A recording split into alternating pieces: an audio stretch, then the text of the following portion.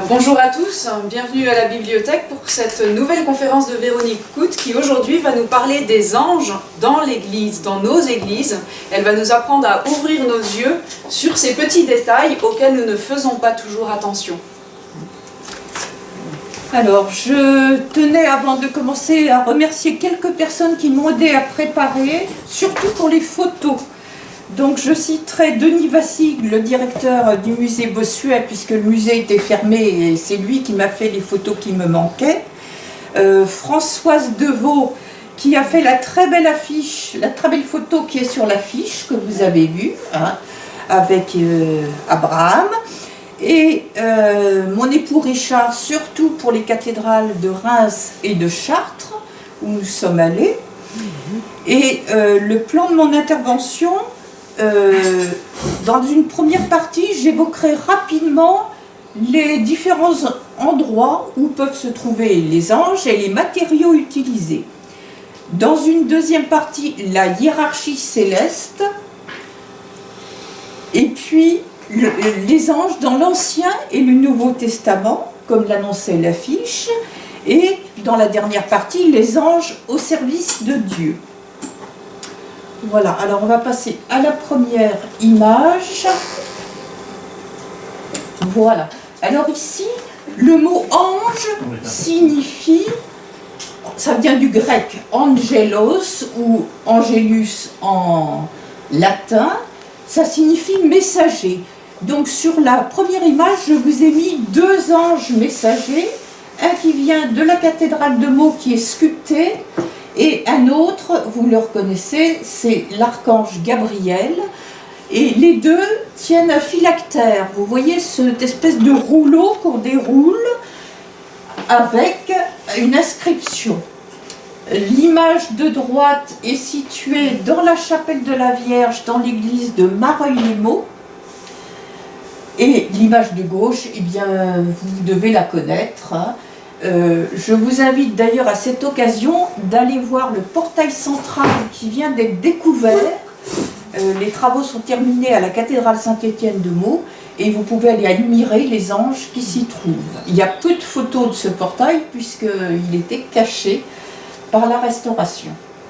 Alors ange, ça signifie messager, ça c'est très important. Et ces deux anges-là, ce sont vraiment des anges que l'on retrouve très très souvent. Alors le premier à gauche qui est sculpté, il nous annonce un message. Alors très souvent, sur le phylactère on ne peut pas lire, mais on peut imaginer le long des tympans des cathédrales, l'ange annonce l'histoire du tympan. Par exemple, ce tympan nous raconte l'histoire de Saint Jean-Baptiste, ou ce tympan nous raconte l'histoire de tel saint. Voilà. Sur cette deuxième image, voilà, vous allez voir ça c'est une clé de voûte très abîmée, mais j'ai choisi de la présenter parce que vous avez deux anges qui dans l'église de Coulon-en-Valois présentent des armoiries. Et très souvent les anges sont utilisés au Moyen-Âge et à la fin du Moyen-Âge pour présenter les armoiries. Vous en avez une par exemple au musée Bossuet dans la chapelle, et ça permet souvent de dater l'architecture puisqu'on peut retrouver quelquefois par les armoiries l'époque où ça a été construit. Alors nous avons eu de la pierre calcaire. Sur la photo suivante, vous avez à Douy-la-Ramée l'archange Gabriel. Alors il s'agit bien de Gabriel, on le reconnaît à deux points importants. De sa main droite, vous voyez, il tient un sceptre. Et de sa main gauche, il montre le ciel. Donc il n'y a pas de doute, là, il s'agit bien de l'archange Gabriel. Alors ça, c'est la photo dont je vous parlais, prise en 2004, en prenant l'ascenseur le long de la tour nord de la cathédrale. Regardez ce très bel ange, mais qui est situé entre un aigle et un taureau. Donc forcément, vous allez le reconnaître, puisque je vais vous parler après du tétramorphe. Alors, il s'agit très certainement de Matthieu, hein, puisque Matthieu est représenté par un ange. Alors ça, c'est très haut au niveau de la cathédrale. Hein. Alors voilà l'autre petit ange avec son phylactère et vous voyez, il est en train de le dérouler. Alors il est en mouvement, on a l'impression qu'il est posé, mais en réalité il est en mouvement et son regard nous regarde de face. Alors celui-là je l'ai mis parce qu'il est archi connu. Tout le monde connaît le sourire de l'ange de Reims. D'ailleurs il est sur l'autoroute, hein, quand vous allez vers Reims, vous avez l'annonce de cet ange. Alors je vous rappelle qu'il est dans le portail nord de la cathédrale de Reims, sur la façade principale, et il lui est arrivé quelque chose pendant la Première Guerre mondiale. Il y a eu un obus, il ne s'agit pas de l'incendie, hein, mais un premier obus qui est tombé sur la cathédrale, et un curé en sortant de la cathédrale a ramassé les morceaux, et grâce à ça on a pu reconstituer cet ange, parce qu'ici il s'agit d'une copie, et cet ange se trouve au palais du Tau. C'est le palais, le musée de la cathédrale qui est à côté, c'est l'ancien archevêché. Voilà, donc regardez bien ce sourire. Souvent, on oublie les couleurs. C'est pour ça que, regardez la photo suivante. Voilà, je vous ai mis une photo prise au laser pour vous montrer que nous, la pierre, on est habitué à la voir nue, mais en réalité, vous voyez, elle peut être très très colorée.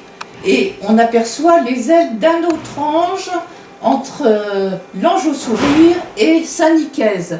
Je vous rappelle que Saint Nicaise, c'est un des premiers évêques de Reims et qu'il a été décapité. C'est pour ça qu'il est représenté. Vous voyez, il y a une partie de sa tête qui manque. Alors, la photo suivante, voilà. Alors, les photos de Reims sont... Vous voyez, les anges sont grandeur nature, hein. Ils sont vraiment immenses dans le portail. Vous êtes ici au niveau du gothique, vous regardez les plis des vêtements, vous voyez, très souvent les anges ont une robe qui est retenue par une ceinture. Voilà, alors là, on est tout en haut d'un retable, et ce retable se trouve à Germigny-sous-Colomb. Alors c'est un peu loin à Nemours, mais c'est une petite église qui est à la limite de l'Aisne. Et regardez cet ange, il y en a deux, un de chaque côté. Vous avez un retable ouvert avec un Christ au centre, un Christ en gloire au centre, et un ange de chaque côté. Alors à Mareuil-les-Maux, là c'est une fresque, c'est dans la chapelle de la Vierge. Ça vient du même endroit que la première photo que je vous ai montrée du vitrail de la chapelle de la Vierge.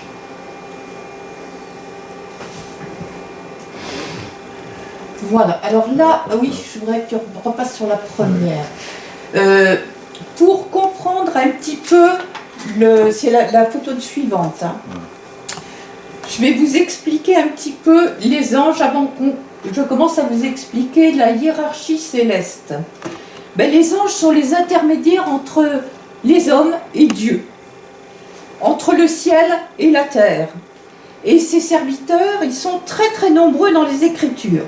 Alors on les a bien sûr dans l'Ancien et le Nouveau Testament, mais les religions plus anciennes ont utilisé les anges.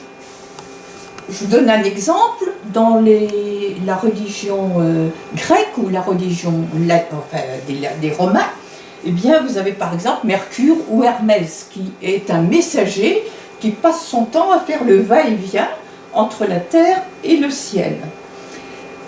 Vous avez aussi les taureaux ailés des Assyriens. Si vous allez au Louvre, eh bien ces taureaux ailés sont les gardiens des temples. Vous verrez qu'ils ont d'ailleurs un nombre de pattes bizarre, parce qu'ils en ont pas 4, mais ils en ont 5, parce que c'est un taureau un peu en marche. Et ici, je voudrais vous montrer l'histoire de la hiérarchie céleste. Sur ce portail, vous avez des voussures, vous voyez, qui se succèdent. Et dans la hiérarchie céleste, la première personne personne à en avoir parlé, c'est Denis, le pseudo-Denis, qui s'écrit D-E-N-Y-S. Ne confondez pas avec Saint-Denis, le premier évêque de Paris, et ne confondez pas non plus avec Saint-Denis l'Athénien, qui vivait en Grèce, hein, Saint-Denis l'Athénien. Là, il s'agit du pseudo-Denis qui vivait au VIe siècle. Et il va établir une hiérarchie pour la première fois dans un manuscrit enluminé byzantin qui rassemble des textes écrits en grec. Et on va voir 3 triades. Alors c'est un peu compliqué. 3 x 3, 9. Au premier degré, vous allez vite comprendre, il y a les séraphins, les chérubins et les trônes. Séraphins, chérubins, trônes. Je pense que vous connaissez déjà les 2 premiers. Dans la hiérarchie du second degré, on va voir les dominations, les vertus et les puissances. Et puis dans le 3e degré, les principautés, les archanges et les anges. Voilà. Donc Richard vous les a passés rapidement et on va les reprendre, voilà, pour bien voir les attributs. Ces 3 triades présentées par le pseudo-Denis, donc au VIe siècle, vont être prises par Thomas d'Aquin au XIIIe. Hein. Thomas d'Aquin est un dominicain. Il va écrire un livre qui s'appelle La Somme théologique, dont la publication, ça va être écrit en 1485, et nous avons la chance ici dans cette bibliothèque d'avoir des exemplaires de livres anciens du XVIIe siècle qui relatent cette somme théologique. Alors on va reculer, oui ben c'est bien, séraphins, chérubins et trônes. Les séraphins, est-ce que vous voyez à gauche? Non, vous voyez séraphins, chérubins, trône. Trône, c'est facile à reconnaître, hein, parce que le trône, il porte un sceptre. Vous voyez, c'est un roi avec le sceptre, la couronne, mais il a des ailes. Les dominations, séraphins, on l'expliquera après sur un vitrail parce que ça sera plus simple. Hein. Les séraphins, généralement, ils portent un caillou rond. Mais c'est pas le cas ici, je vois pas tellement le caillou, à moins qu'il l'ait dans la main gauche. Quelqu'un le voit, ben, très bien. Dans chaque main. Voilà. Alors, vous voyez ce caillou rond, il rappelle la boule de feu avec laquelle ils ont touché la bouche d'Isaac. Hein. Ça, c'est important de se rappeler ça. D'Isaïe, excusez-moi, j'ai fait un lapsus, d'Isaïe. Voilà. Les chérubins, ils portent une flamme. Ils sont la lumière. Les trônes, on a vu à droite, c'est sceptre, couronne. Ils sont assis. Vous voyez, ils ne sont pas debout. Ils sont assis sur un trône. Après, on va voir les dominations. Alors, la domination, normalement, elle a une épée. Vous la voyez? Une épée à la main. Puis, on va voir les vertus. Alors, les vertus, comme les Lévites, hein, ils ont un livre à la main. Est-ce que vous voyez quelqu'un avec un livre? Oui, au centre. Voilà. Alors, pour reprendre toute cette hiérarchie, et puis à la fin, une puissance, alors là, c'est un peu comme un trône, mais c'est un ange assis sur un trône. C'est une puissance. Voilà, c'est 3 triades. Hein. Je vous rappelle, on va reprendre. Premier degré, parce que c'est un peu compliqué. Premier degré, séraphin, chérubin. Alors, séraphin, c'est le caillou. Chérubin, c'est la flamme. Trône, c'est le trône et le sceptre. Puis vous avez domination, vertu, et avec le livre, et puissance. Et le 3e degré, les voilà.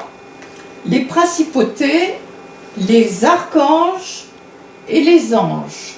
Et puis, j'ai rajouté à droite, vous voyez, un ange turiféraire, ici. Un ange portant de l'encens. Alors, on le voit mieux que sur un vitrail. C'est pour ça que je vous ai montré les photos de Richard d'abord. C'est que c'est quand même plus visible que sur un vitrail. Vous voyez que les anges, ils sont auréolés. Ça, c'est important. Hein. Ils sont auréolés. On va voir sur le vitrail qu'ils sont pieds nus. Ça, c'est important. Hein, pieds nus. Voilà. Donc là, on voit, sur les vitraux, vous voyez, on voit beaucoup mieux les pieds.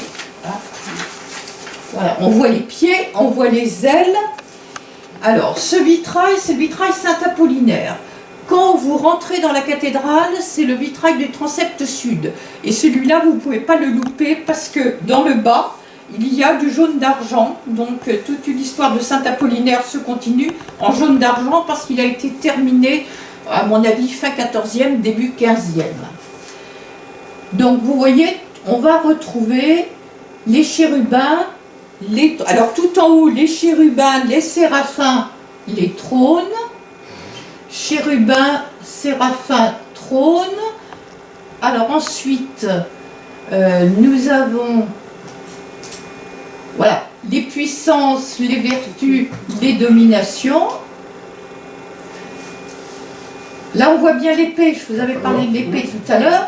Puis les anges, les principautés et les archanges. Mais ça, c'est un peu plus difficile à trouver. Très souvent, il y a confusion entre chérubins et séraphins. Alors, on va voir ça un petit peu plus tard. Mais je voulais vous montrer, c'est le seul endroit en France où on peut voir à la fois dans un vitrail et sur un portail. C'est le portail du transept sud, qui est le portail du jugement dernier, dans lequel on peut trouver cette hiérarchie céleste. Il y a un autre endroit, j'ai fait quelques recherches, c'est le portail du transept sud de Saint-André de Bordeaux. Et le portail du transept sud de Saint-André, il vient d'être restauré. Donc ça, c'est un... Si vous avez la chance de pouvoir passer par Bordeaux, allez voir, parce qu'il y a également une représentation de la hiérarchie céleste. Parce que dans les autres cathédrales, on n'a pas cette hiérarchie céleste. Voilà, alors le chérubin, je vous ai mis la vision d'Ézéchiel, parce que regardez, vous retrouvez les 4 têtes, qui sont là, chacun avec 4 faces. La face du premier était la face du chérubin, la face du second une face humaine, celle du troisième une face de lion et le quatrième une face d'aigle. Voilà. Et 4 ailes et des formes de mains. Vous voyez les mains qui sortent au milieu des ailes? Puis la présence des roues, parce qu'il s'agit du chariot, du fameux chariot de feu. Donc vous avez les roues. Alors ça, c'est de la représentation d'une mosaïque. Je ne vous ai pas mis la mosaïque parce qu'on a du mal à le voir. On voit beaucoup mieux sur ce dessin. Regardez un peu les 3 paires d'ailes. On les voit très bien. Il y a une paire d'ailes qui monte, il y a une paire d'ailes qui descend, et il y a une paire d'ailes qui est sur le ventre, si vous voulez, du personnage. On voit l'aigle tout en haut, vous voyez bien les 4 têtes, qui seront à l'origine du tétramorphe plus tard, pour les 4 évangélistes. Alors voilà, ici c'est un séraphin, il n'y a aucune confusion. Dans la basilique Saint-Marc de Venise, vous avez les 3 paires d'ailes. Là, vous n'avez absolument aucune confusion. Les ailes qui montent, les ailes presque enfin, à l'oblique, et les ailes qui descendent. On ne voit pas les pieds, mais regardez les mains. Vous avez de vraies mains. L'ange est auréolé, ça c'est important, l'auréole ou le nimbe. Et bien sûr, tout ça sur un fond d'or.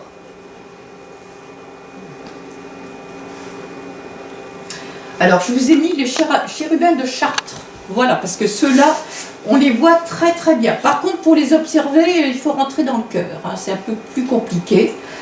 C'est des vitraux de l'abside. Vous regardez le haut de leur tête, vous voyez, ils ont une auréole de couleur.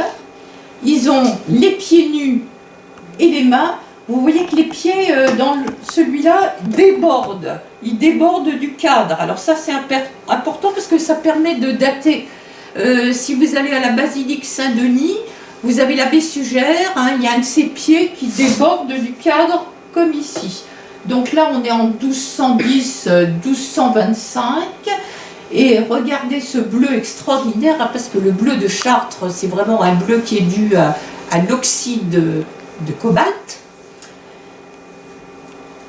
Oui, moi je vais retirer mon masque, vous m'entendrez mieux. Et leurs ailes, regardez leurs ailes, elles sont couvertes d'yeux comme les ailes du paon. ça doit vous frapper, regardez. Vous voyez les ailes, une paire d'ailes, deux paires d'ailes, trois paires d'ailes, puisque ça descend jusqu'en bas. Elles ne sont pas de la même taille. Les deux vitraux ne sont pas exactement de la même taille, puisque l'artiste s'est adapté à une fenêtre plus étroite à droite.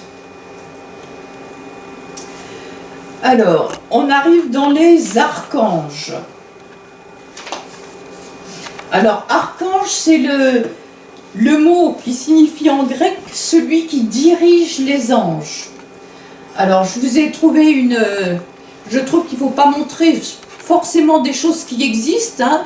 Là, c'est un tableau qui a été volé, donc on ne l'a plus pour l'instant. Il se trouvait dans l'église de Triport.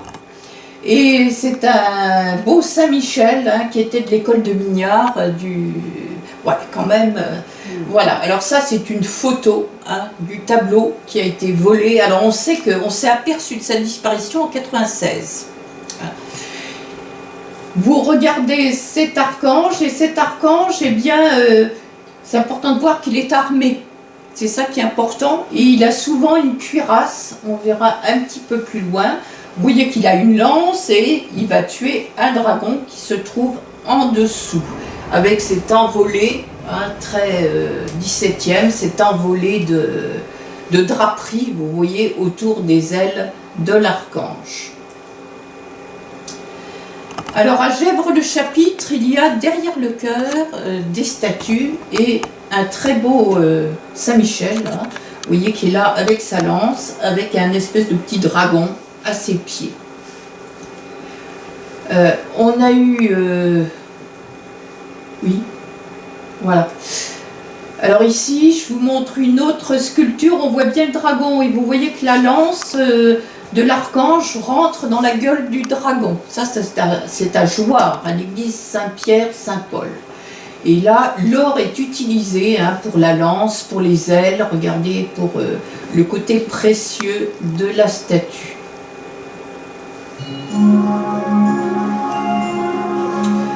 Alors on a fait une découverte, alors lors des randos clochers, c'est la dernière rando clocher je crois qu'on a faite, une des dernières à Aulnoy, il y a un bronze de la guerre de 14 et c'est un Saint-Michel qui terrasse un dragon, mais regardez ce dragon, il porte un casque à pointe dont la pointe est cassée et il y a le nom de l'artiste sur la photo suivante. Voilà, l'oiseau. Vous voyez, c'est un prêt de l'église hein, de l'artiste, propriété de l'auteur. Hein, il l'a laissé à l'église et on aperçoit ici dans la partie basse le dragon. Alors, Saint-Michel, hein, il ne faut pas oublier la chapelle des anges. Hein, quand vous rentrez dans Saint-Sulpice à Paris, la première chapelle que vous trouvez sur la droite, c'est la chapelle des anges. Et le plafond a été réalisé en 1861 par Delacroix. Et Eugène Delacroix, il avait son atelier juste à côté, place de Fürstenberg, hein, c'est pas très loin. Et il allait travailler hein, ça a duré plusieurs années. Et il va utiliser pour faire sa fresque et le plafond un enduit avec de la cire. Hein, c'est pas de la peinture, ça va être de la cire et de la couleur. Alors là, on voit très bien le dragon, l'élan du dragon, et puis tout ce qu'il y a autour, hein, le ciel, ça c'est très important parce qu'il n'y a pas d'auréole là, mais vous avez une espèce de nimbe hein, dans les nuages, d'éclairage par l'arrière. Alors, il faut quand même parler de l'archange, hein, Saint-Michel. Alors, il a retrouvé sa dorure, vous voyez, il n'y a pas très longtemps. En 2016, on l'a recouvert de 4000 feuilles d'or. La restauration d'avant, on l'avait vu ensemble avec Richard, 1987. À ce moment-là, on l'avait démonté également. Et chaque fois, on le monte et on le démonte, l'archange, avec un hélicoptère. Hein. C'est un hélicoptère. Et là, vous voyez, il est posé face au Mont Saint-Michel, près du Couesnon, hein, au niveau des Prés Salés. Hein. Et l'hélicoptère prend l'archange et va le replacer. Je vous rappelle que le sculpteur, hein, c'est Frémiet, je vous l'ai marqué, 1897. Alors, Michel, c'est un prénom d'un archange, mais il ne faut pas oublier Raphaël. Alors, Tobie et l'ange, Raphaël, il porte le costume des voyageurs. Hein, il porte très souvent un bâton. Vous voyez que là, il porte un bâton. Et il n'y a que Tobie va l'accompagner. Quelquefois, il porte une gourde. Et Tobit, le père de Tobie, va le choisir parce qu'il a l'expérience. Et Tobie, il faut le considérer comme notre ange gardien, parce qu'il va prendre soin, hein, de Tobie et l'amener à bon port. Alors là, on est au niveau de l'Ancien Testament. Hein. Alors à Crouy-sur-Ourcq, vous avez une très belle, je vous l'avais mis au début, non c'était Mareuil, je vous ai mis cette photo parce que vous avez l'archange, c'est le plus représenté, celui de l'Annonciation, hein, Gabriel, avec son sceptre et son phylactère. Je voudrais que vous regardiez bien ce tableau, ce vitrail, parce que regardez, vous avez des clés pendantes, donc c'est exactement l'époque de l'architecture de Crouy-sur-Ourcq, vous voyez, derrière. Il y a des clés pendantes et vous avez des fenêtres de la même époque. Hein. Vous regardez bien ce vitrail parce que vous n'êtes pas près de le voir. L'église de Crouy-sur-Ourcq est fermée pour des raisons de sécurité. Je crois qu'il y a des problèmes au niveau des voûtes. Donc on ne peut plus aller dans cette église. Généralement, Gabriel est toujours situé sur la gauche et la Vierge sur la droite. On verra avec l'évolution tout à l'heure qu'il y a des... Voilà. Là, parce que là, on a un bon exemple, vous voyez, c'est changé. Hein. Mais généralement, les annonciations les plus anciennes, l'archange Gabriel est toujours sur la gauche. Là, nous sommes à Couilly, et vous voyez, vous retrouvez l'archange, mais là sur la droite, avec le lys et la main levée vers le ciel. Ça, c'est toujours un signe. Et vous voyez qu'il a le pied, il est un peu en lévitation. Il est sur son nuage, un peu en lévitation. Alors voilà, on passe à la partie la plus importante de ma conférence sur l'Ancien Testament et le Nouveau Testament. Alors, j'ai pas mis toutes les possibilités, mais j'ai mis ce qui était plus fréquent, ce qui revenait le plus fréquemment. Adam et Ève chassés du paradis. Alors ça, vous retrouvez ça dans la Genèse. Le chêne de Mambré, ça c'est important aussi. C'est au moment où on dit à Abraham que Sarah attend un enfant. Et ça, c'est la préfiguration de l'annonciation du Nouveau Testament. La lutte de Jacob et de l'ange, c'est la fameuse scène qui a été peinte également par Delacroix à Saint-Sulpice. Tobie et l'ange, et puis le sacrifice d'Isaac. Alors, vous voyez, ça sont les scènes qui reviennent les plus souvent, hein, que je vous ai... Voilà. Alors, Adam et Ève chassés du paradis. Donc vous avez un tableau du musée du Louvre que je vous ai mis, fin de Renaissance, 1597, et on voit l'ange qui est en haut, qui chasse vraiment Adam et Ève. Alors c'est assez amusant parce que, regardez la peau mate d'Adam et la peau claire d'Ève, c'est une représentation typique, hein, de cette époque-là. Giuseppe Cesari est un artiste italien, hein. On l'appelle aussi, si je ne me trompe pas, c'est le cavalier d'Arpin, hein, si je ne fais pas d'erreur. C'est un très beau tableau, hein, qui est au musée du Louvre en peinture française. Alors là, on saute les siècles, hein, c'est une découverte de cet été que j'ai faite à la chapelle Fujita. Si vous avez un peu de temps l'été prochain, allez visiter cette chapelle, elle est extraordinaire. C'est Notre-Dame de la Paix, hein, c'est Fujita qui va réaliser des vitraux et des fresques dans cette chapelle dans laquelle il va être enterré, ainsi que son épouse. Vous voyez ici l'ange qui chasse Adam et Ève du paradis. Donc vous avez vu représenté ici, là il s'agit d'un vitrail. Alors là, on revient en Seine-et-Marne, et vous avez les 3 messagers du chêne de Membré. C'est une fresque de Notre-Dame de Lèche. Alors Notre-Dame de Lèche, on l'appelle aussi la Sixtine de Seine-et-Marne. Je ne sais pas si vous avez eu l'occasion de visiter cette église, mais il faut le faire aux Journées du patrimoine si vous ne l'avez pas fait. Nicole Michigan, qui est l'artiste qui a réalisé ça, nous donne ici l'histoire de Sarah, vous voyez, qui est représentée à droite. Et ce sont les 3 anges qui arrivent, les visiteurs, qui annoncent à Abraham qu'il va être père.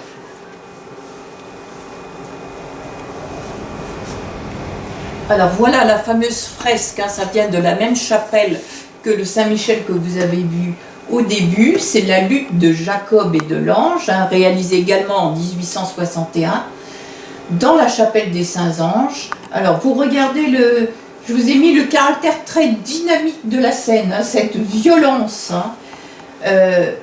Vous avez le texte de la Genèse en 24-29, et quelqu'un lutta avec lui jusqu'au lever de l'aurore. C'est pour ça que vous voyez, vous avez cette lumière qui apparaît au fond de la fresque. Et cette fresque, on se rend compte, elle a été restaurée récemment, qu'elle dégage énormément de lumière. Elle était noire, on n'arrivait plus à la lire. Et là, si vous avez un moment, rentrez dans Saint-Sulpice, c'est la première chapelle à droite en entrant dans l'église. Alors, regardez le corps à corps.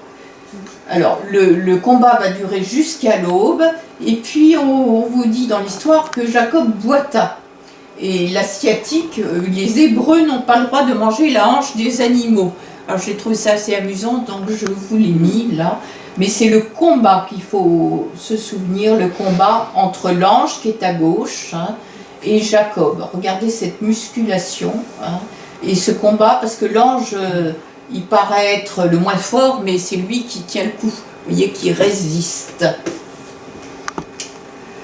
Alors on revient à Notre-Dame de Lèche, cette fameuse Sixtine. Nicole Michigan a fait le choix de représenter l'ange, vous voyez, en gris, comme le fond, et de mettre de la couleur pour Jacob. Alors elle a réalisé 235 scènes bibliques dans les années 80.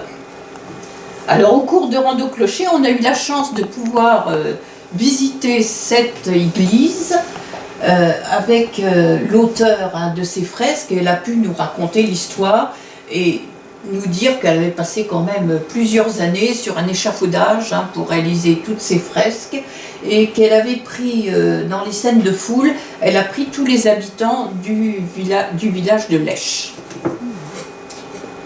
Alors Jouarre, voilà, ça c'est l'affiche, la photo prise par Françoise, je le signale, par Françoise Deveau. Alors, Isaïe 6, 1, 7. L'ange, il a le feu dans la main. Regardez, parce qu'il a pris des pincettes, une pincette de feu, et il l'approche de la bouche d'Isaïe pour le purifier.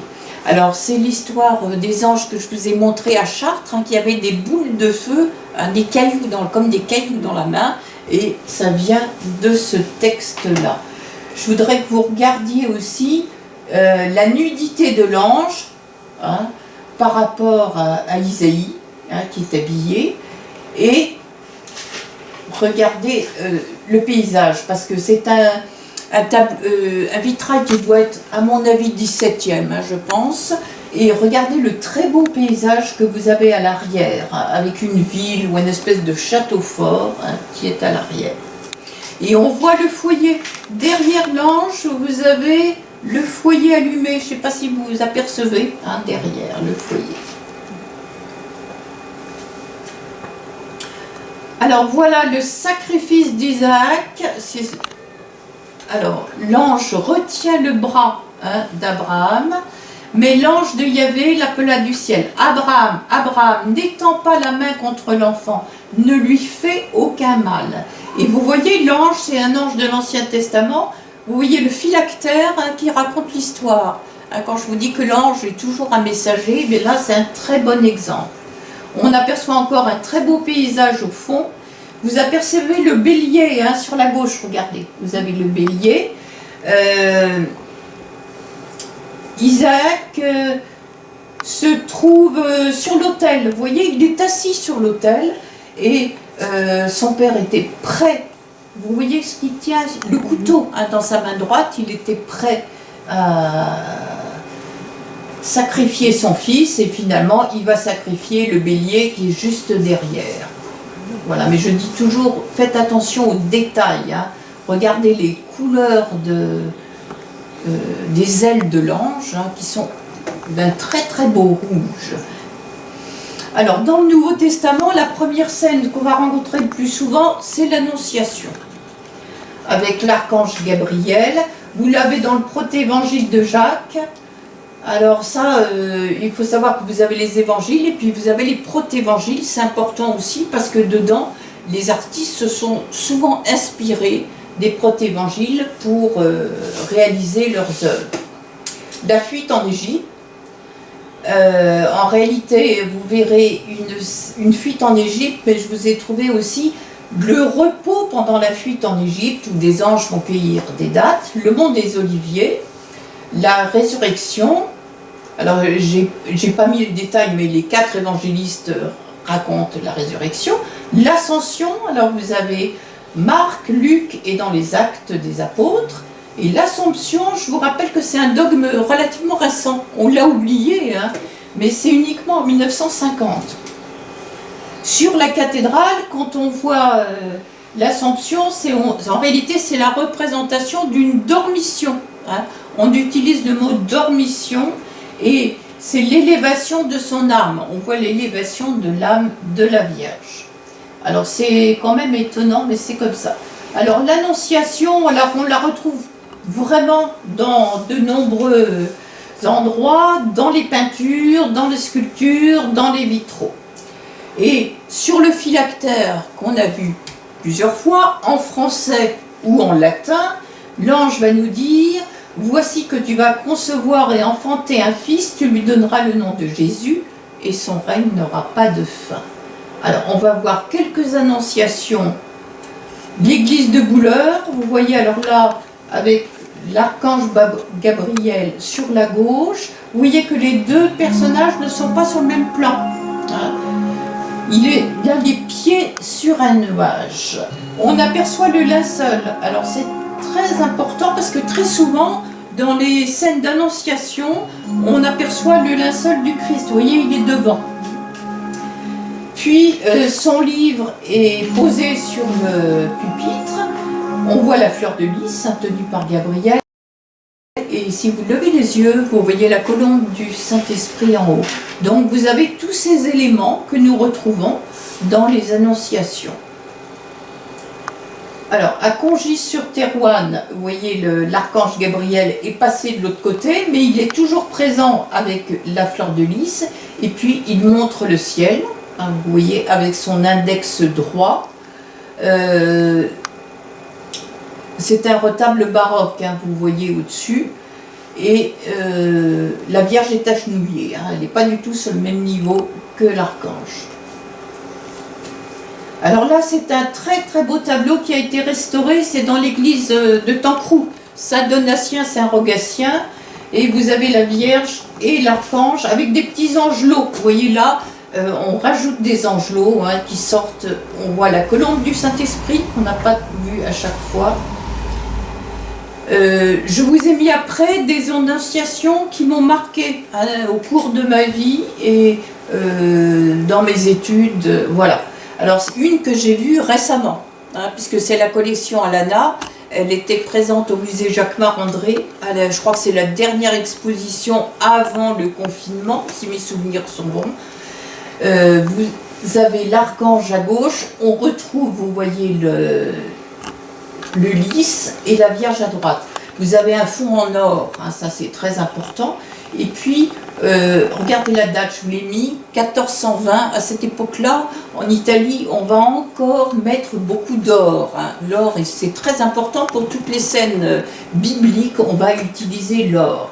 Et regardez les ailes multicolores hein, de l'ange, comme un arc-en-ciel. Hein. Voilà, et puis vous avez la Vierge à droite. Et les deux sont séparés, vous voyez, par juste un espèce de pan de mur.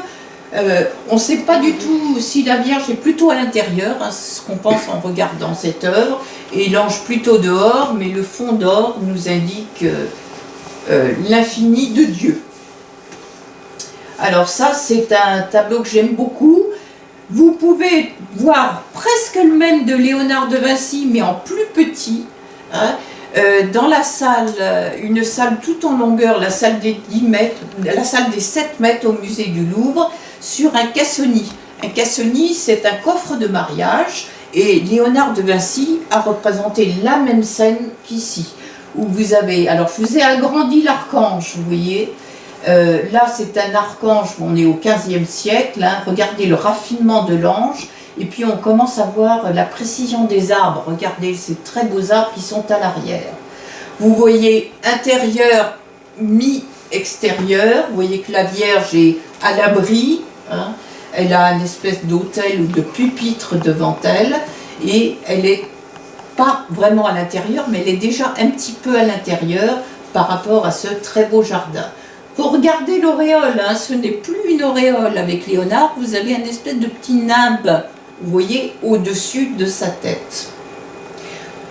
Voilà, alors là c'est pareil, je voudrais absolument que vous regardiez ce triptyque, hein, avec les donateurs à gauche.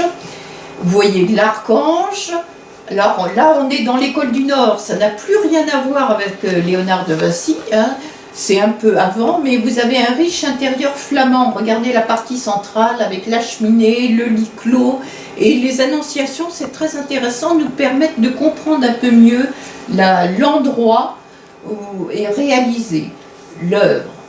Regardez l'archange, ce très beau brocart, il est habillé comme un roi, l'archange ici, d'un très beau brocart, et la Vierge, elle, par contre, a une tenue foncée, mais toute unie. Elle a ouvert son livre et vous voyez là, elle se détourne pour écouter l'archange qui lui annonce la nouvelle. Alors là, je pense que vous ne connaissez pas cette œuvre. Marie-Laure la connaît, Dominique la connaît. Elle était accrochée à la porte Maugarny, hein, donc sur la cathédrale Saint-Étienne de Meaux, et elle se trouve, lors de la restauration, on l'a démontée, et elle se trouve au musée du Louvre. Alors vous avez donc une annonciation 13e siècle, elle a été un peu mutilée dans la partie gauche, vous voyez l'archange est mutilé. Vous avez 3 arcades au-dessus, regardez bien, une pour le lys central, une à gauche pour l'archange et à droite pour Marie. Et ce qui est important, c'est le lys, et à droite la rose sans épines, qui est l'églantine qui est représentée ici, vous voyez sur la droite. Alors imaginez la porte Maugarny avec ce tympan à l'extérieur. Alors celle-là, vous la connaissez, hein. Le portail n'a pas encore été nettoyé, c'est le portail de la façade occidentale de Saint-Étienne. Vous retrouvez l'archange, la Vierge, le pupitre, hein. Le lys, ben, il n'en reste que la tige, hein. Le reste a été un peu abîmé. Ce portail, c'est pour lire ce registre, hein, c'est la vie de la Vierge. Alors vous commencez en bas à gauche, c'est comme pour un vitrail. Quand vous lisez un vitrail, vous commencez en bas à gauche et vous allez en remontant. Et bien souvent les tympans, c'est un peu la même chose. Quelquefois les éléments n'ont pas été remontés dans le bon sens. Mais là, on part, l'histoire commence à gauche et vous voyez le nuage, regardez le nuage. Vous avez la tête de Dieu qui est dans le nuage. L'archange est agenouillé, la Vierge assise.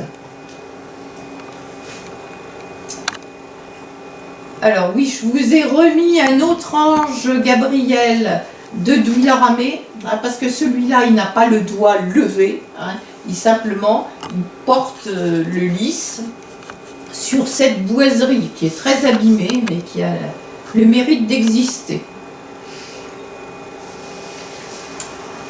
Voilà, alors là c'est la partie supérieure, vous avez encore l'archange, vous voyez, son doigt levé et le phylactère. Et puis regardez à gauche et à droite, vous avez dans les écoinçons, vous voyez c'est ces petites parties allongées, à gauche et à droite de la partie centrale, les petits anges, vous voyez, qui nous racontent avec leurs phylactères l'histoire du vitrail. Ça s'appelle aussi des mouchettes. Hein. J'ai utilisé le mot mouchette. Voilà, alors on revient sur cette annonciation de Crouy-sur-Ourcq, hein, c'est l'église Saint-Cyr et Sainte-Julite. Je voudrais que vous regardiez le visage de l'ange, parce qu'on ne l'a pas regardé la fois précédente. Vous voyez que c'est un visage très juvénile, hein, il est très très jeune. Ce sont souvent des jeunes gens qui sont représentés.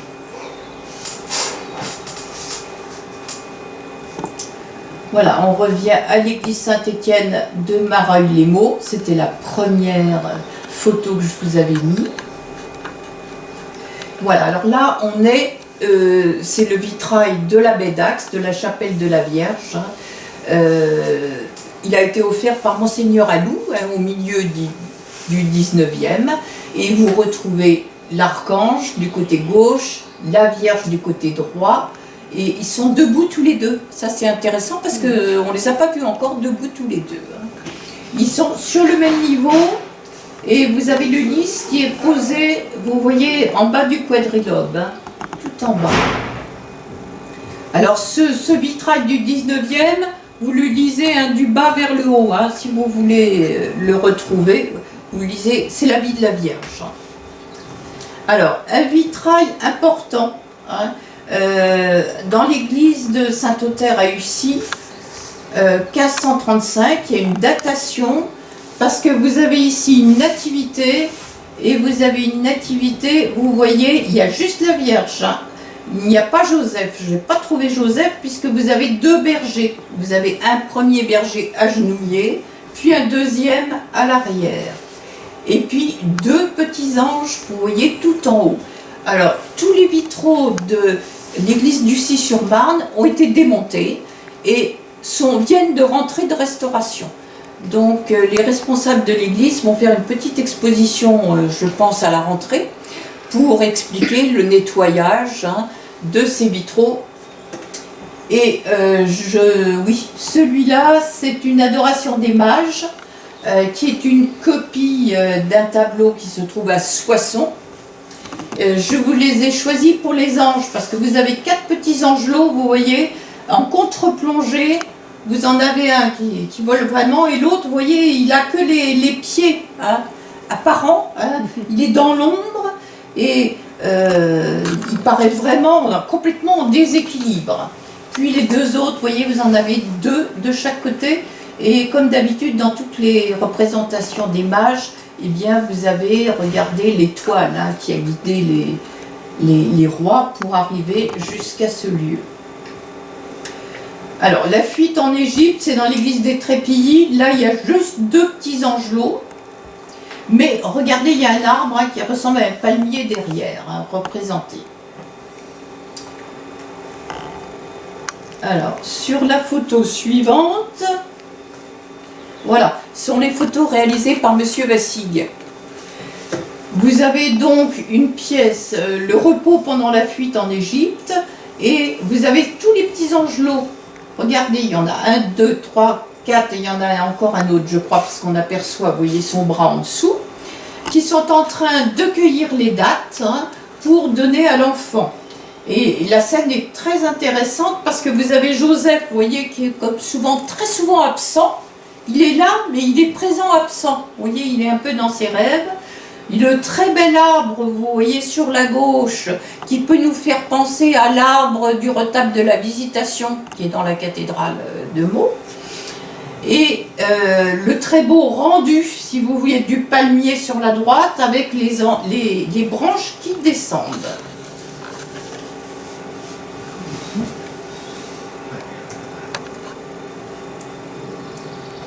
Ah, ça ne veut plus avancer. Voilà.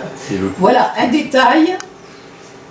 Alors, Monsieur Vassig a pris, je lui avais demandé de prendre un détail. Et vous voyez, c'est la main de l'enfant Jésus qu'on aperçoit en bas. Et là, on voit très bien que l'ange est en plein mouvement, en contre-plongée. Là, vous voyez, il est en train de descendre.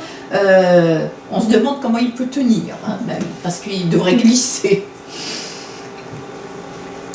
Alors ici, à Couilly, j'ai un tableau de Gethsémani. Vous voyez les anges présents. Hein. Il y en a un qui tient un calice, vous voyez celui qui est en haut. C'est une scène qui est peu représentée dans l'histoire de l'art et je vous l'ai choisi parce que je trouve que c'est intéressant. Hein, c'est un moment de solitude hein, pour le Christ et on le représente souvent avec un ou deux anges. Le mont des Oliviers, alors là c'est une, ça vient du Louvre. Hein. Regardez, vous avez le Christ, vous retrouvez l'ange avec le calice hein, et les apôtres, eh bien, ils ont leurs auréoles, mais ils dorment vraiment profondément. Voilà. Et vous voyez le rendu des arbres. Hein. Nous sommes en 1548, il y a déjà un très bon rendu des arbres. Hein. S'il est possible, Père, que cette coupe s'éloigne de moi, cependant votre volonté est faite. Alors c'est une terre cuite, hein, émaillée, c'est pour ça qu'elle brille. Hein. Et elle est recouverte d'émail. Alors l'Ascension, on en a vu un très bel exemple de ce vitrail 19e à Aulnoy. Regardez les angelots, hein, qui sont au-dessus de la tête du Christ. Et le très beau paysage. Alors ici à Monceau-les-Maux, les petits anges, c'est Notre-Dame de l'Assomption. Vous voyez là c'est intéressant parce qu'on a un vitrail 19e et vous avez des photos. L'apparition de la photo pour les têtes d'ange et pour la Vierge. Et la donatrice aurait donné, elle aurait eu 5 enfants et elle aurait donné une photo d'enfant pour réaliser ce vitrail. Alors, nous revenons là dans la vallée du Grand Morin, avec Notre-Dame de l'Assomption, et vous voyez les deux anges qui sont en train d'emmener la mandorle vers le ciel. Alors, c'est un tympan que j'appelle restitué, c'est-à-dire que on a retrouvé les morceaux du tympan à l'intérieur de l'église et on les a remis sur le tympan, sur l'endroit où il y avait le tympan. Voilà une très belle Assomption. Alors je vous ai mis celle de Nicolas Poussin parce que c'est intéressant de voir, il n'y a plus d'auréoles du tout. Regardez, nous sommes au 17e, 1650, ben, les auréoles ont disparu. Il y a un très beau mouvement ascendant et vous avez une représentation de la ville, vous voyez, de la terre tout en bas. Voilà, encore une Assomption. Alors là, c'est une cour céleste, hein, parce que vous avez des anges et puis vous avez des tout petits angelots hein, en haut. Alors, dans la dernière partie, ce sont les anges qui sont au service de Dieu. Alors, je vais vous parler des anges musiciens. Nous en avons ici sur la cathédrale de nombreux. Et sur ce retable, il y a des anges musiciens, des anges en prière. Et très souvent sur les retables, vous avez une partie en grisaille, hein, sur les retables à partir du 17e, une partie en grisaille et une partie peinte en couleur. Alors là, à Crouy-sur-Ourcq, c'est, vous voyez, sur l'abat-voix de la chaire, vous avez un ange sculpté en bois. Alors, je vous ai pris l'ange musicien de la chaire de Meaux, mais je me suis arrangée pour prendre la photo pour que l'ange ressorte, parce que la pierre n'est pas assez blanche. Donc, en le prenant comme ça de profil, vous avez le transept hein, qui est derrière, c'est le transept. Donc, vous voyez cet ange sculpté, et celui-là sur le portail Saint-Jean-Baptiste. Vous avez un petit ange ici. C'est sur la voussure extérieure, hein. Il est en bas à gauche sur le portail Saint-Jean-Baptiste. Alors là, ceux-là, ils sont dégagés depuis très très peu de temps. Ils ont un très très beau visage et vous voyez le premier, on voit très bien que l'ange est en train de souffler. Regardez, il a les joues un peu gonflées. Ils sont au-dessus... C'est le portail du jugement dernier. Vous avez 4 anges qui sont censés jouer de la trompette dans les 4 directions. Et en dessous, vous avez les cercueils qui s'ouvrent. C'est le jugement dernier. Voilà, alors là, la cathédrale ayant un orgue complètement emballé, je n'ai pas pu photographier les anges, donc je vous ai mis ce petit orgue de Bassevel qui a été restauré, et vous avez un petit ange musicien tout en haut de l'orgue. Alors, 2 petits anges en prière.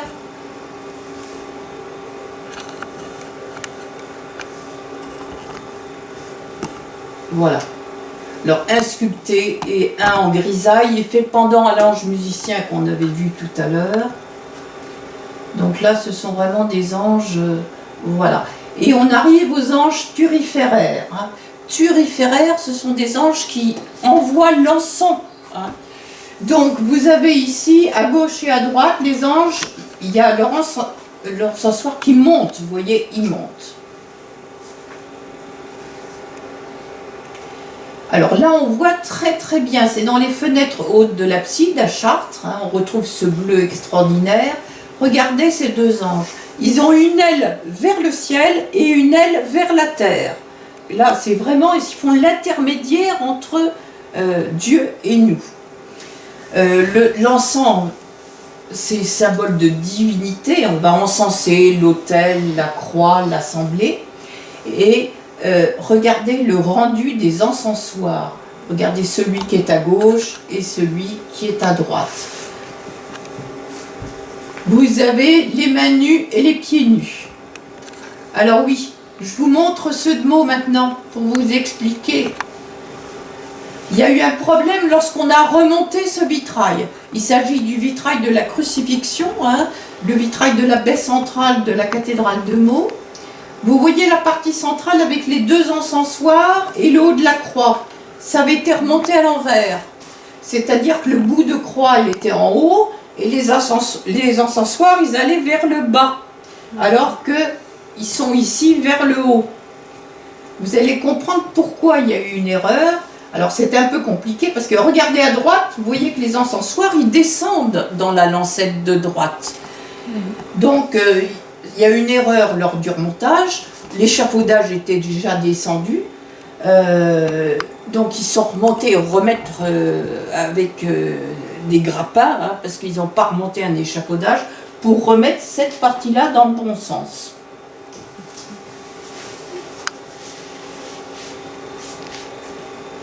Voilà, alors là on passe, j'ai déjà expliqué, je vous l'ai remis pour que vous voyez bien les pieds nus, les mains nues et le visage. Voilà, alors cet ange au ciboire, vous pouvez regarder sur la partie gauche du portail Saint-Jean-Baptiste, vous verrez un ange au ciboire. Il est à gauche de la porte. Et vous voyez, il y a le ciboire avec son couvercle. Alors les anges peuvent porter également de la lumière. J'en ai photographié un à Saint-Cyr-sur-Morin. Ou porter des instruments de la Passion. Alors là, c'est le Christ de Pitié qui se trouve dans la cathédrale. Regardez les 2 petits angelots. Ils ont un espèce de présentoir en bas, où vous avez tous les instruments de la Passion. Alors, Monsieur Vassig a gentiment m'a prêté ces photos. Vous voyez que dans les voussures de la chapelle, on est au niveau de l'abside, vous avez des petits anges qui tiennent les instruments de la Passion. Ça a été réalisé par un peintre meldois qui s'appelle Jean Senel, et vous pouvez voir son triptyque qui vient d'être monté en 3 morceaux, le triptyque de Saint-Nicolas. Il se trouve dans l'antichambre des évêques. Voilà, je vous ai mis un détail après pour que vous puissiez voir de près. Il veut pas. Il veut pas, bon mais tant pis, s'il veut pas, c'est que... Bon. Il a chaud. Il a chaud. Faire un zoom.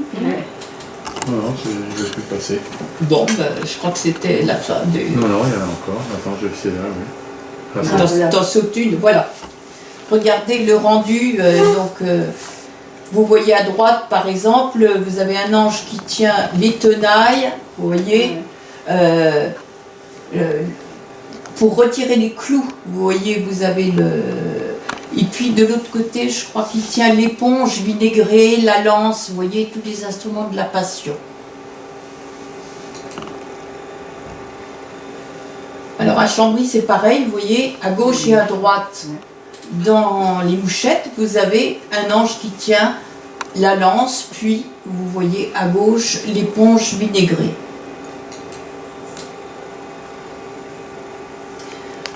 Voilà, alors ici c'est le fameux tableau Le Christ en croix pleuré par des anges de Noël Coipel. C'est un tableau de la donation Changeux qui se trouvait au musée Bossuet. Malheureusement, il a été décroché et à la place, vous avez l'Adoration des Mages de Lenain. Mais je vous ai pris un détail, regardez, vous avez à gauche le tableau complet, mais regardez les anges que vous avez au pied du Christ. Vous en avez deux en prière, un qui est en train de prier mais en levant les yeux, et les deux petits angelots qui sont devant vous, ils nous invitent à rentrer dans le tableau. Et il y en a un qui tient une pomme, et puis on ne voit pas très bien, mais ils sont assis sur un serpent. Vous voyez la partie ronde là qui est là, c'est un serpent. C'est un tableau que j'aime beaucoup pour les coloris et pour le rendu des anges, pour montrer les sentiments des anges, parce que vous n'avez pas vu d'anges avec des... Là vraiment, on a l'impression qu'ils sont très très tristes. Alors, là, vous voyez, c'est les angelots qu'on voit apparaître sur tous les grands retables au XVIIe et XVIIIe siècle. Alors là, on a juste des petits angelots. Alors là, on en a vu énormément, il y en a partout. Voilà, ça on peut passer un peu rapidement.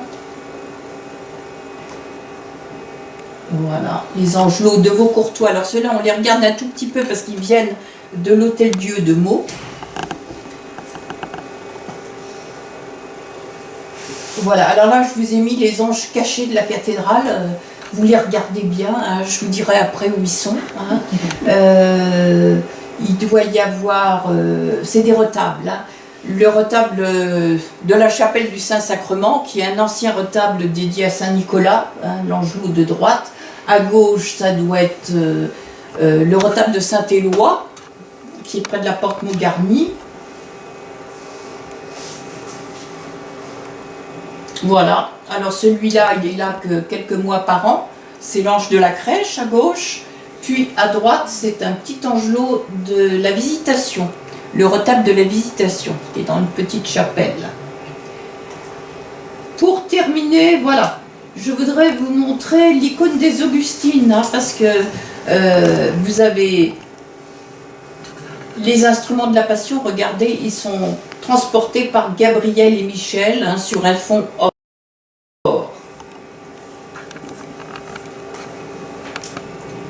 Alors ça, c'est un tout petit tableau, un petit morceau de triptyque que j'aime énormément, parce que l'ange, pour moi, il est extraordinaire, c'est l'ange de la paix. Il tient son rameau d'olivier, il a la main posée sur la poitrine et regardez le rendu de son aile gauche.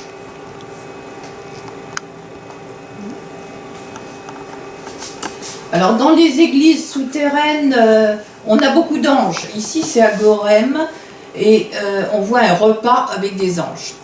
Alors ça c'est très important ce repas parce que en réalité c'est les trois anges avec l'histoire de Sarah et Abraham. On aperçoit la maison d'Abraham sur la droite et vous allez voir la photo suivante, voilà. C'est une icône qui se trouve à Moscou et pour les orthodoxes, la représentation de la Trinité, c'est trois anges et trois messagers. Alors ça, vous savez peut-être pas ça, mais c'est très très important dans l'histoire. Vous avez le chêne de Mambré, vous le retrouvez au milieu, puis la maison, vous voyez, d'Abraham au fond à gauche, et il y a un mouvement circulaire, alors c'est le sens inverse. Les anges, ils sont habillés de façon différente. Vous avez le Père, le Fils et le Saint-Esprit. Voilà, donc je voulais vous montrer quand même un tout petit peu d'Orient. Et on termine avec les pierres tombales, celles de Jean d'Abel de Buse, hein, parce que vous avez un ange porteur de cierge et un ange musicien. Voilà, alors regardez cet ange, il vient de la cathédrale de Meaux, et je vous l'ai pris un peu de travers pour que vous voyez, il est en train de balancer de l'encens. Vous voyez, il y a eu un arrachement là, on voit très bien le dessin de l'encensoir. Voilà. L'autre encensoir, il est de l'autre côté, et je vous ai remis les 4 anges, donc vous irez voir de près si vous voulez ces anges turiféraires. Voilà, alors des anges, on en a partout, hein, sur les miséricordes, célestales, sur des bénitiers, alors on va associer les anges à l'eau bénie, hein, très souvent. Voilà, alors ça c'est un bénitier que j'avais photographié à Saint-Germain-l'Auxerrois pour une conférence précédente sur l'eau. Voilà, donc c'est associé, vous voyez, je vous ai mis quelques anges pour terminer qui font différentes missions. Celui-là, ben, il tient à la liste des morts.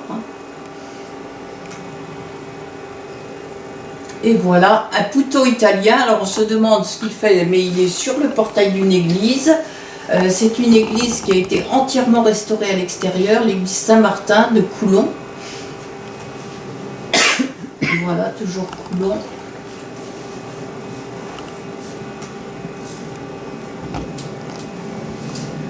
Voilà, ben, je vais m'arrêter sur les photos qui restent.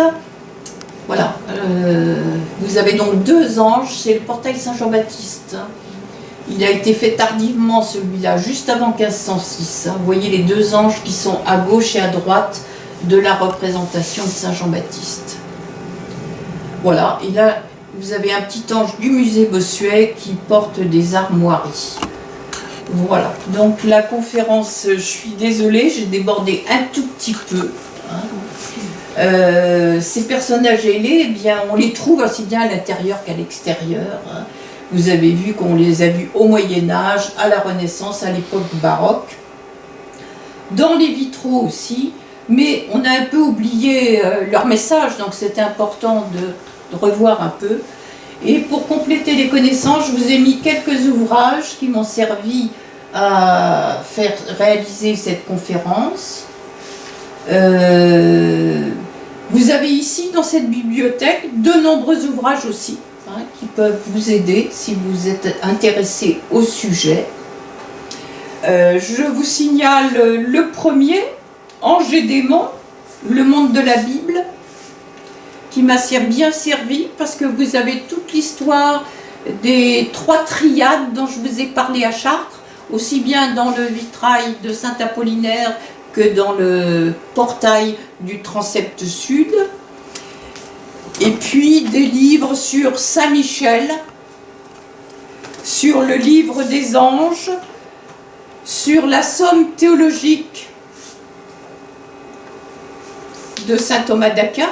Alors il y a une édition relativement récente, elle doit être des années 50, où le texte est français latin. Et puis Marie-Laure nous a gentiment sorti la somme théologique de saint Thomas d'Aquin en 3 volumes. Donc je voulais que Pierre nous montre, voilà, le frontispice, voilà, qui est absolument superbe. Et c'est émouvant de terminer par un si vieux livre qui a souffert des affres du temps, mais dont les couleurs sont restées intactes. Saint Thomas d'Aquin, voilà, et le texte est en latin, bien sûr. 3 tomes. Ouais. 3 tomes, oui. Je vais vous montrer peut-être un tome moins abîmé que celui-là pour terminer.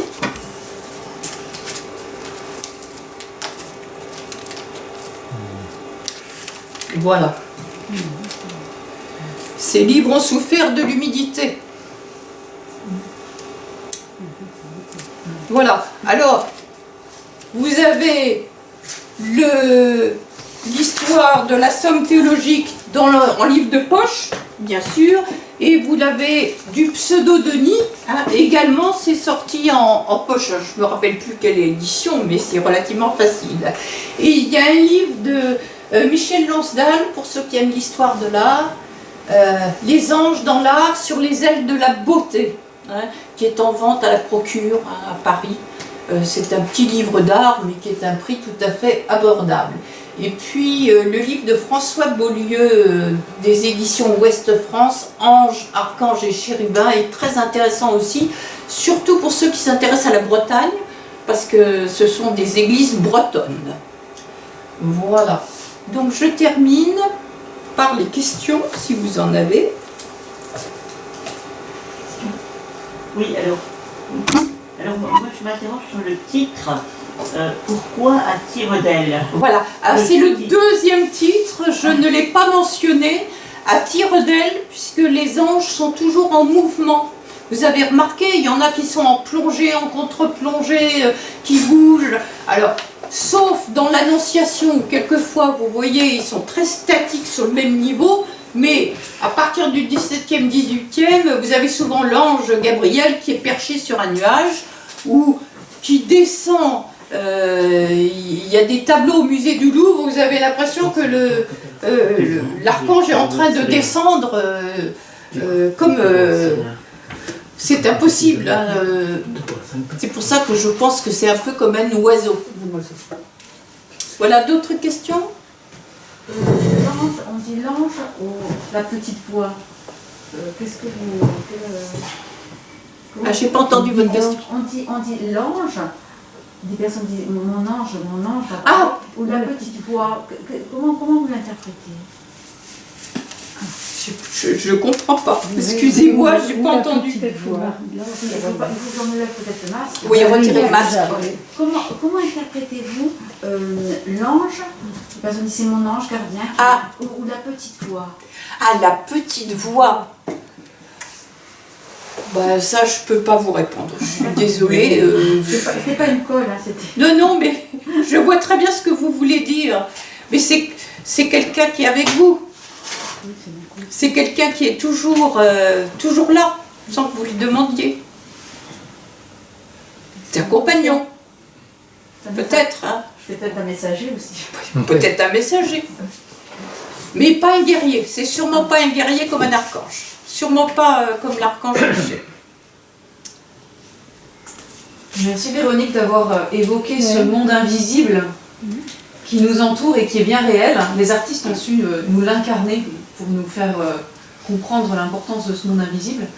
Il y a un passage de la tradition de la Bible que tu n'as pas évoqué, c'est la chute des anges. Oui. Et du coup, tous ces anges, ces mauvais anges, qui sont aussi présents dans nos églises. Et voilà. Est-ce qu'il y a une raison particulière? C'est peut-être un choix. C'est un choix, parce que j'avais mis comme dernière photo un ange démon. Vous savez qu'il y a des représentations d'anges, on ne sait pas si c'est un ange ou un démon. Et je me suis dit, je me lance dans un sujet beaucoup trop compliqué, je préfère terminer sur quelques anges et rester sur le bon côté de l'ange. Je crois que c'est un autre sujet pour une autre conférence. Et j'avais peur de m'embarquer beaucoup trop loin. Donc j'ai supprimé la dernière photo, qui était un ange de Luzancy, et un autre des sommets de la cathédrale, avec une tête un peu diabolique. Vous en avez également dans la chapelle du musée Bossuet. Vous montez dans la chapelle des évêques, vous verrez, il y a un ange qui n'est pas un ange, qui n'est pas vraiment un démon, mais qui est un peu entre les deux.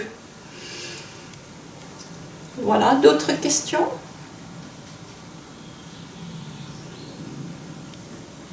Saint Thomas a été surnommé le docteur angélique. Ouais. Est-ce que tu sais pourquoi? C'est pour avoir écrit,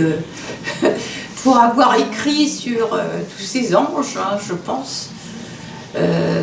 C'est un sujet qui était peu... il avait été oublié. C'est-à-dire que le pseudo-Denis écrit, je pense que ça a été un peu oublié, et c'est saint Thomas d'Aquin qui va vraiment remettre le dogme des anges, et grâce à saint Thomas d'Aquin, ça va être étudié, je pense, par les prêtres, les futurs prêtres, vous voyez, pour qu'il y ait encore des éditions de cette époque-là. Édition de la Revue des Jeunes. Je pense que la plupart des prêtres connaissent tous cette édition. Alors, il y a comme représentation, oui, ça c'est intéressant. Je suis en train de regarder, vous avez saint Thomas d'Aquin et tous les gens qui sont en train de l'écouter. Et, oui, don et moine. Don et moine. Il y a un cantique de saint Thomas d'Aquin qui est « Voici le pain des anges ». Oui, oui. Alors il y a aussi toutes les... Alors je n'en ai pas parlé, le pain des anges. Par exemple, dans l'église de Triport, il y a un vitrail qui représente le pain des anges. Alors vous avez des représentations aussi de la cuisine des anges, hein, mais tout ça, bon, j'en ai pas parlé parce que ça aurait été beaucoup trop compliqué. Je suis restée sur un sujet plus Ancien Testament, Nouveau Testament, et puis les anges musiciens et les anges qui nous apprennent quelque chose. Voilà, donc on a envie de creuser un peu plus le sujet. Oui, madame, retirez votre masque pour que je vous entende. Dites-moi, dans le sud de la France, voire plus au sud, parfois ils appellent les anges des poutis. Oui, alors c'est le mot que j'ai utilisé pour l'ange extérieur sur la façade du Coulon-en-Valois. Parce que c'est plus un ange, c'est une représentation italienne, un puto putti. Hein, c'est un jeune enfant, sexe masculin, avec 2 petites ailes. Mais c'est une représentation qui va être utilisée à partir de la Renaissance. Hein, ça s'appelle un putti, puto au singulier putti. Alors vous en avez sur la façade de Coulon-en-Valois, et il y en a également sur des fonds baptismaux. Alors je vous donne un exemple parce que je pense à l'église Saint-Georges, l'église Saint-Georges à Crécy-la-Chapelle. Vous avez des fonds baptismaux qui sont Renaissance et il y a des petits poutis dessus. Voilà. Donc il faut savoir qu'à la Renaissance, on va utiliser cette image italienne. Mais c'est une histoire de mode. Hein. Donc ils sont plus représentés dans le sud parce qu'ils sont plus proches de l'Italie que nous. Nous, c'est par Fontainebleau. C'est le roi de France qui va utiliser les artistes italiens qui vont venir dans la région, qui vont même travailler au château de Monceau, hein, et qui vont, du coup, il va y avoir des artistes italiens dans la région. C'est pour ça qu'on va avoir une imprégnation italienne quand même assez importante au cours du XVIe siècle.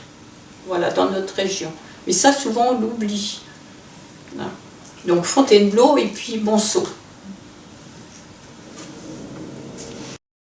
Vas-y. Il a pour toi donné ordre à ses anges de te garder en toutes tes voies. Eux sur leurs mains te porteront pour qu'à la pierre ton pied ne heurte.